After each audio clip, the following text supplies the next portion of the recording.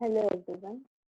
So our next point is factors affecting the need of the family. तर आपण consumer behaviour मध्ये family हा factor किती impact करतो तर ते बघितलं. तर फॅमिली लाईफ सायकल बघूया. तर त्याच्यामध्ये कॅटेगरीज केल्यात.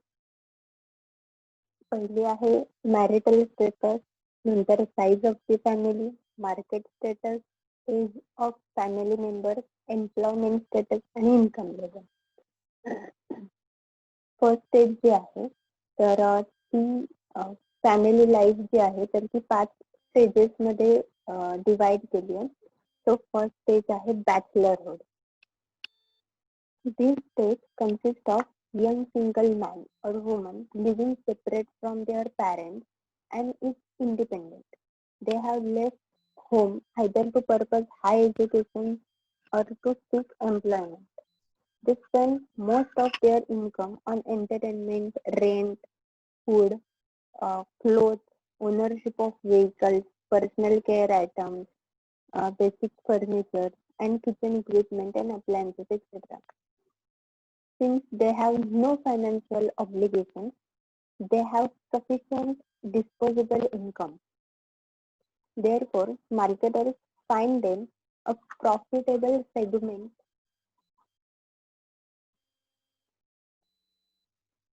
for travel, sports, movies, automobiles, entertainment, accessories, clothing, etc. आता फर्स्ट स्टेप जी आहे तर ती आहे बॅचलरहुडची. तर यंग बॉय और गर्ल हायर एज्युकेशन साठी असेल किंवा जॉब साठी असेल तर ते वेगळे राहत असतात. म्हणजे आता तुम्ही काही जण तुमच्यातले इथे खेडमध्ये शिफ्ट झाले असतील तुमचं शिक्षण घेण्यासाठी किंवा तुमचे मोठे बहीण भाऊ जर कोणी असतील तर ते पुण्या मुंबईला किंवा बाकी कुठल्या शहरांमध्ये जॉब साठी असेल किंवा एज्युकेशन पर्पज साठी शिफ्ट झालेले तुम्ही बघितले असाल. तर त्या स्टेजमध्ये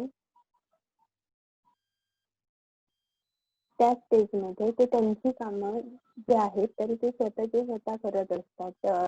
आणि ते जे मनी अर्न करत असतात तरी ते स्पेंड करायची त्यांची कपॅसिटी जी असते तर ती त्यांच्या बाईंग बिहेवियरवर, त्यांच्या नीड्सवर डिपेंड असते. ठीक आहे.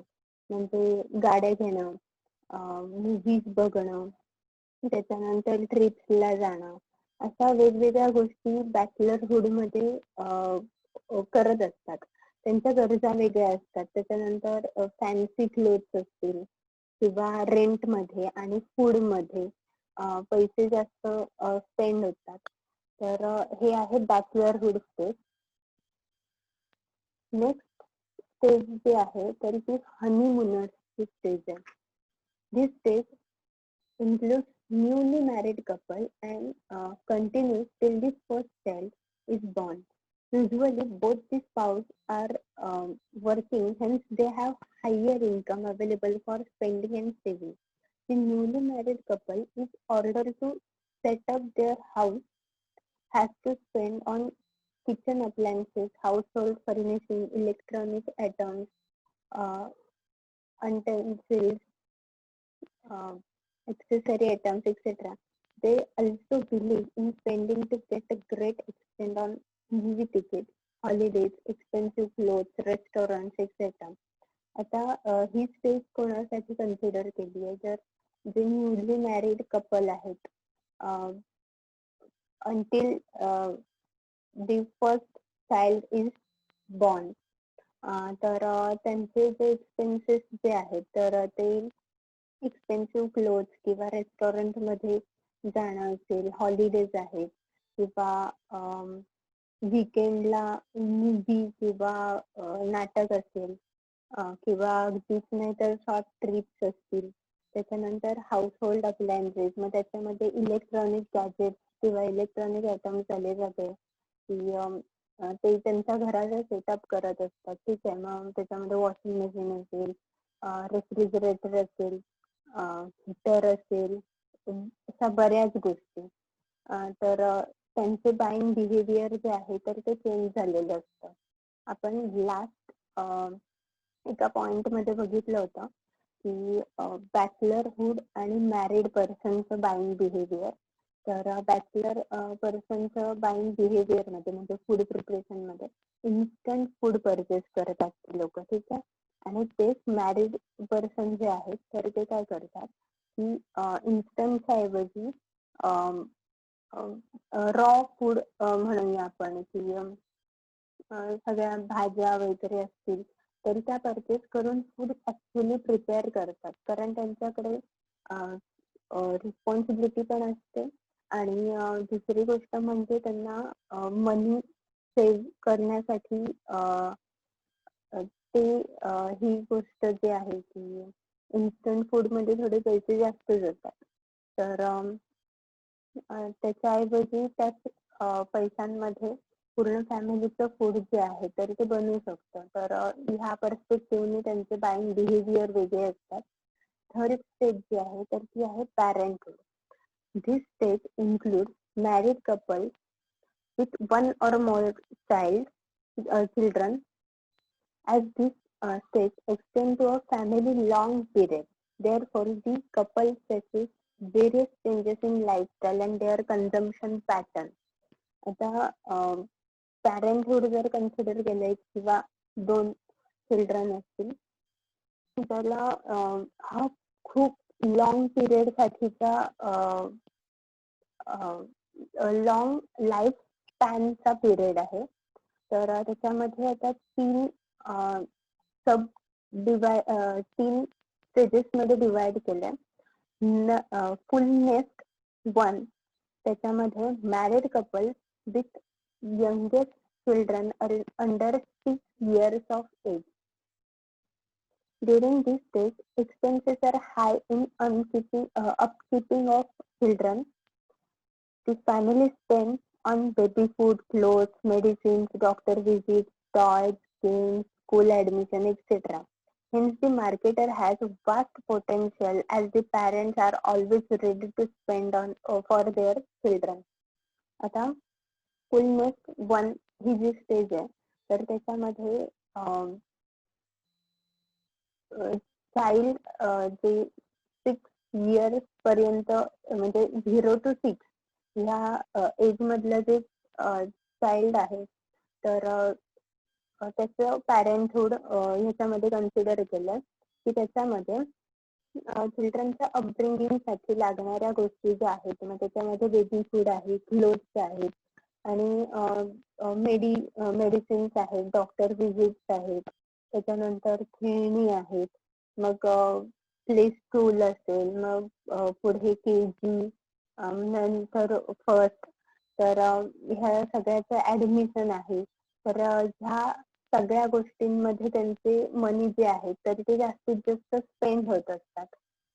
त्याच्यानंतर फुलनेस 2 ह्या स्टेज मध्ये married couples with children age 6 to 12 years of age. आता मगाशी आपण 0 to 6 एज बघितलं चिल्ड्रनचं. आता 6 to 12 years of children. त्या स्टेज मध्ये during this stage both income and expenses rises. If the mother is also working, it is an additional income for the family. Expenses are incurred by parents to make the life of their children comfortable and pleasurable. This is a lucrative stage for the marketers. Here children start demanding things such as junk food, that is pizza, donuts, burgers, video games, trendy clothes, accessories, etc.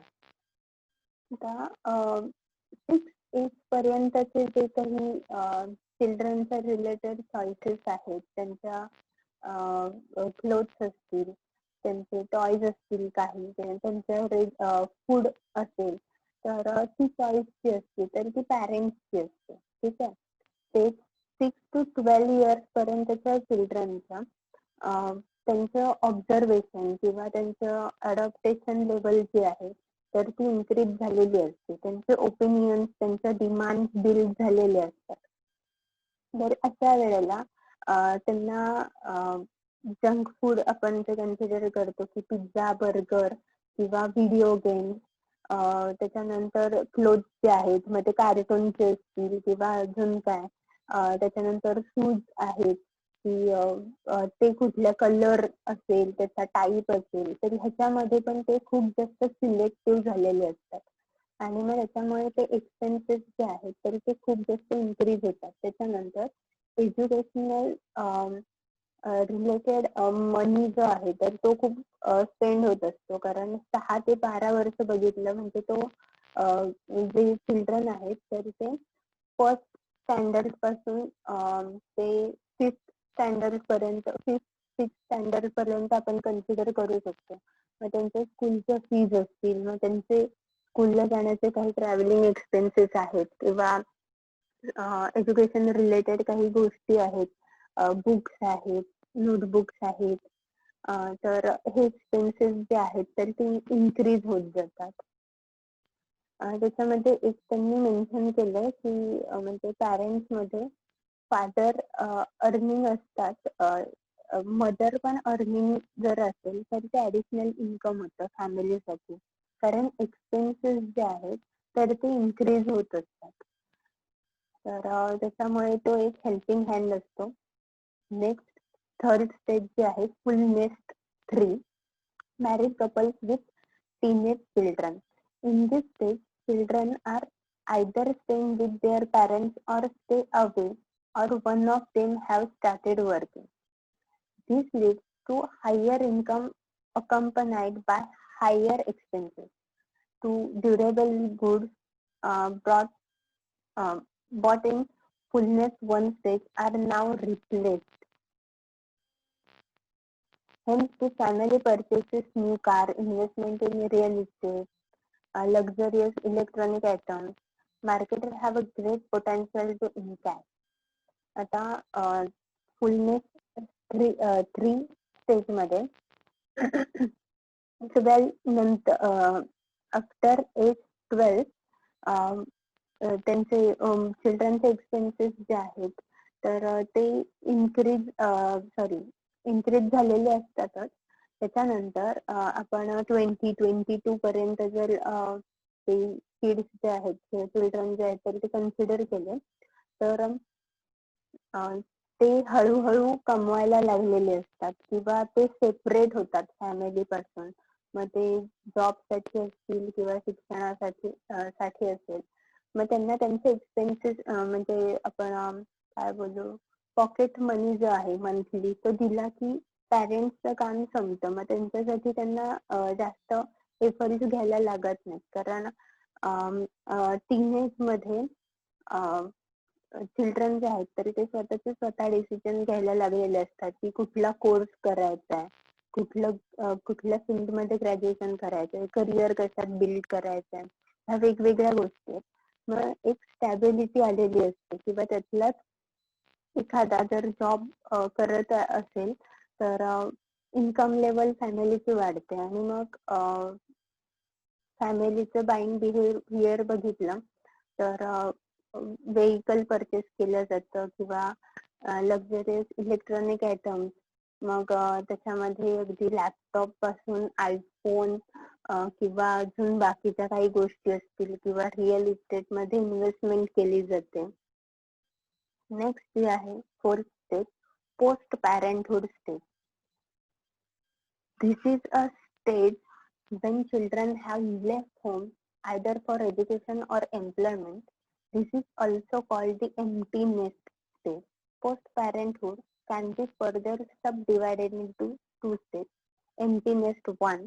In this stage, the parents are still working but the children leave home to become independent. Here, the parents have more leisure time. They go out for vacations, watch television, read books, do gardening. The couple have high disposable income and their major expenses are on food, furnishing, medical expenses. The couple's financial responsibility towards their children are reduced. Hence, marketers have an opportunity to provide services like recreation, entertainment, holiday etcetera.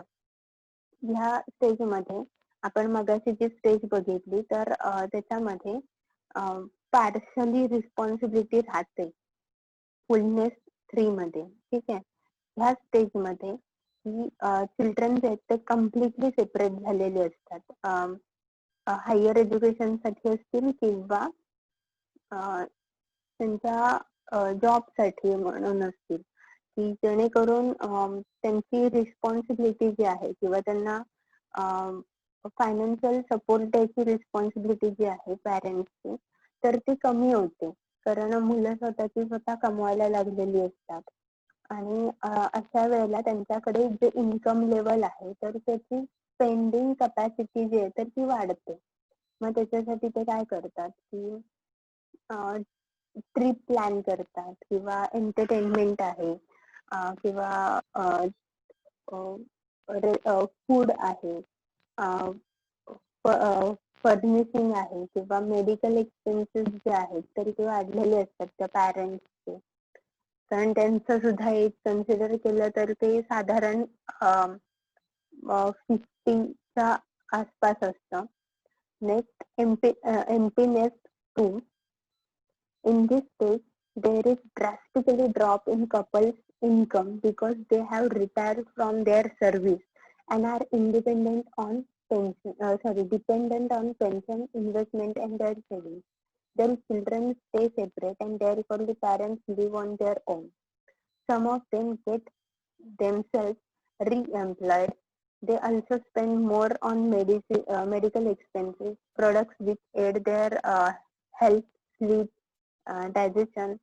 They also spend towards those things which they could not do either because of family responsibilities like foreign trips, hobby clubs, travel, and holidays, etc. Many of them avail benefits under senior citizen plans in railways, airlines, hotels, etc.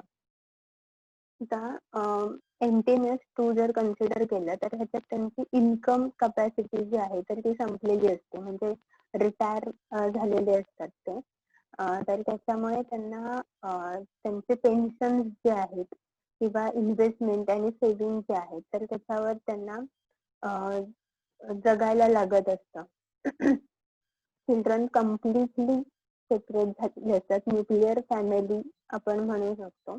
आणि अशा वेळेला इतर वाढत्या वयामुळे त्यांचे जे medical expenses आहेत, मग आपण आपले पॅरेंट्स असतील किंवा ग्रँड पॅरेंट्स असतील तर त्यांना कन्सिडर करू शकतो की मग डायबेटीज असेल, हाय बीपी आहे, त्याच्यानंतर अजून काय त्यांचे मेडिकल इश्यूज असतील तर त्याच्यानंतर स्लीप रिलेटेड इश्यूज असतात, इन्सोमिनिया असतो, त्याच्यानंतर डायजेस्टिव्ह प्रॉब्लेम्स असतात. तर त्याच्यामुळे ते जे प्रोडक्ट्स आहेत किंवा त्या रिलेटेड फूड जे आहे, म्हणजे डाएट फूड असेल किंवा मेडिसिन्स असतील तर त्याच्यावर जास्तीत जास्त स्पेंड केलं जातं.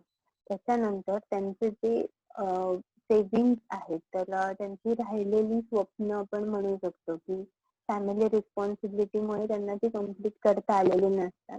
तर फॉरेन ट्रिप्स आहेत किंवा त्यांचे जे काही हॉबीज राहिलेले आहेत तर हॉबी क्लब, ट्रॅव्हलिंग आणि हॉलिडेज जे आहेत तर असे प्लॅन केले जातात.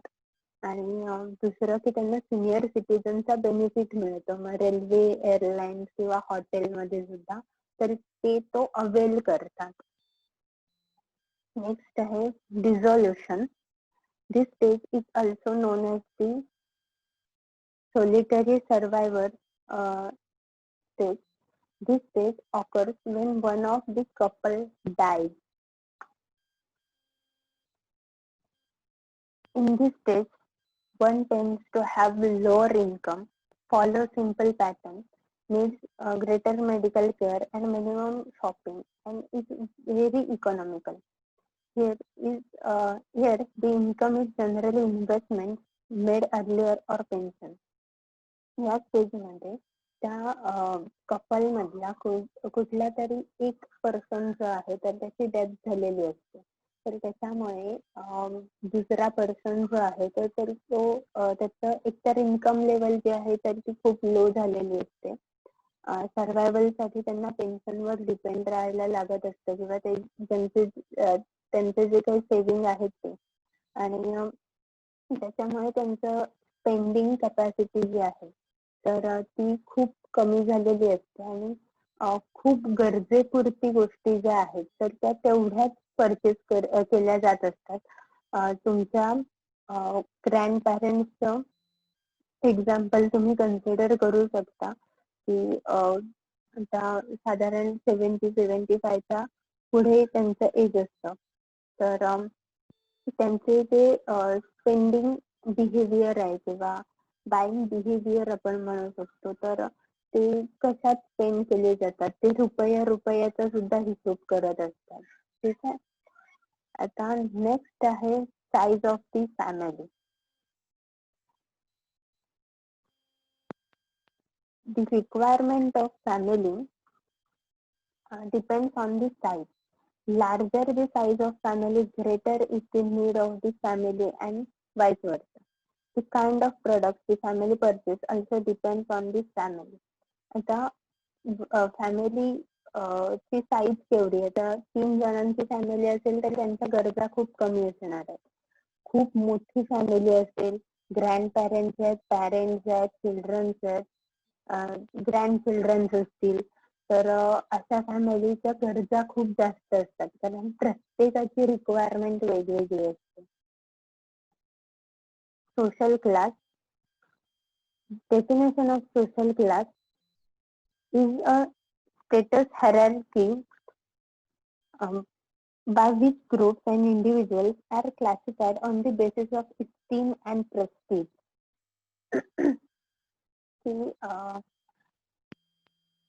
इस्टीम नीड्स किंवा प्रेस्टीज नुसार त्यांचे जे काही बायफर्गेशन केलं गेलं तर त्याला सोशल क्लास कन्सिडर करू शकतो आपण. आपल्या एन्शियंट कल्चर मध्ये किंवा हिस्टरी मध्ये बघितलं, इंडियन हिस्टरी मध्ये, तर सोशल क्लास मध्ये आधी 4 टाईप्स होते. की पहिला आहे ब्राह्मण, क्षत्रिय, 3 टाईप्स होते, ब्राह्मण, क्षत्रिय, वैश्यवाणी, आणि चौथा होता तर तो क्षुद्र. 4 क्लास होते. ठीक आहे. तर त्याच्यानुसार त्यांची कामं ठरलेली होती की ब्राह्मण जे असतील तर ते वेद सांगणार किंवा जे रिच्युअल्स असतील तर ते करणार. त्याच्यानंतर सेकंड क्लास जो होता क्षत्रिय, तर ते डिफेन्स मध्ये किंवा सिक्युरिटी सिस्टीम मध्ये असलेली लोक होती. थर्ड क्लास मध्ये जे होते की वैश्य आणि वाणी, की तुमचे ग्रोसरीज जे आहेत तर ते तुम्हाला प्रोव्हाइड करणारे. आणि लास्ट क्षुद्र हा जो कन्सिडर केला गेला होता, तर त्याच्यामध्ये साफसफाई असेल किंवा बाकीचे इतर किरकोळ कामं असतील तर हे करणारा क्लास होता. तर त्यांच्या ऑक्युपेशन नुसार आणि कास्टिझम सिस्टीम त्याच्यामध्ये इन्व्हॉल्व केली गेली होती. बेसिकली तो ऑक्युपेशन वरून डिवाइड केलेले क्लास सिस्टीम होती. ठीक आहे. जस्ट एक्झाम्पल म्हणून सांगितलं तर जेणेकरून पटकन लक्षात येईल. आता meaning of social class. Man is a part of society and he is swayed away by it, and at times even influences in its expansion and growth. A particular type of social class is normally understood by the status that members of a particular class possess in correct correlation to members of other classes. Social class comprises of diverse social status on which each member of society can be accommodated.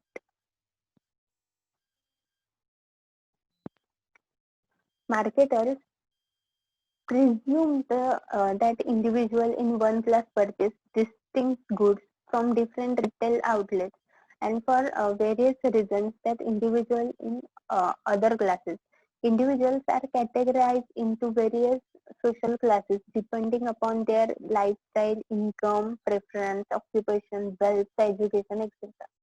Individuals belonging to same social class tend to have similar standard of living. Individuals pertaining to specific social class enjoy almost same status and prestige in the society due to economic prosperity of an individual. His social class can get improved and he can progress from the present status to higher status. आता याच्यामध्ये social क्लासचा meaning सांगितलाय जो मी मगाशी तुम्हाला short मध्ये explain केला होता की एकतर त्यांचं ऑक्युपेशन आहे, इन्कम आहे, लाईफस्टाईल आहे, वेल्थ, एज्युकेशन आहे. तर ह्या गोष्टींमुळे त्यांचे क्लास जे आहेत तर ते बायफर्गेट होत असतात. तर इन्कम लेवलमुळे असेल किंवा ऑक्युपेशन आहे तर त्याच्यामुळे सोशल क्लास जो आहे, सोशल स्टेटस जो आहे तर तो चेंज होऊ शकतो. की एखादा प्रेझेंट स्टेटस मधून म्हणजे मिडल क्लास मधून हायर क्लास मध्ये जाऊ शकतो आणि हायर क्लास मधला एखादा पर्सन जर त्याचं सगळा बिझनेस असेल तर तो लॉस मध्ये गेला असेल तर तो मिडल किंवा लोअर क्लास मध्ये सुद्धा जाऊ शकतो. मग ते चेंज होत राहतं. त्यांच्या क्रेडिबिलिटीवर आहे, त्यांच्या वेल्थ वर आहे किंवा फायनान्शियल स्टेटस वर आहे. आणि जे सेम सोशल क्लासचे जे लोक आहेत तर त्यांचं स्टँडर्ड ऑफ लिव्हिंग जे आहे तर ते सेम असतं. म्हणजे आपण मिडल क्लास हा टाईप जो आहे तर तो खूप मोठ्या प्रमाणात कन्सिडर करतो की मिडल क्लासची लोक खूप आहेत. मग त्यांचं बाईंग बिहेवियर कसं असतं तर सेव्हिंग पॅटर्न कन्सिडर करून ते बाय करत असतात प्रोडक्ट. आता टाइप्स और क्लासिफिकेशन ऑफ सोशल क्लासेस त्याच्यामध्ये बायफर्केट केलंय अप्पर क्लास, मिडल क्लास आणि lower class. So first one is upper class. The upper class comprises of only a small portion of population. This class consists of affluent people who are financially very sound. They arise in superior neighborhoods, possess closely club membership, and send their children in the best school in the city. They are mostly authoritative people who are owners of large businesses, senior position corporate executives, well-established professionals, etc. They buy costly branded items as they are quality and brand sensitive. And they spend money lavishly on luxury items, gold, diamond jewelry, foreign holidays, etc. They give charities and donations for the social wealth and upliftment of the society. The upper class जर consider केला तर तो population मधला खूप small portion आहे. Financially sound असलेली लोक आहेत की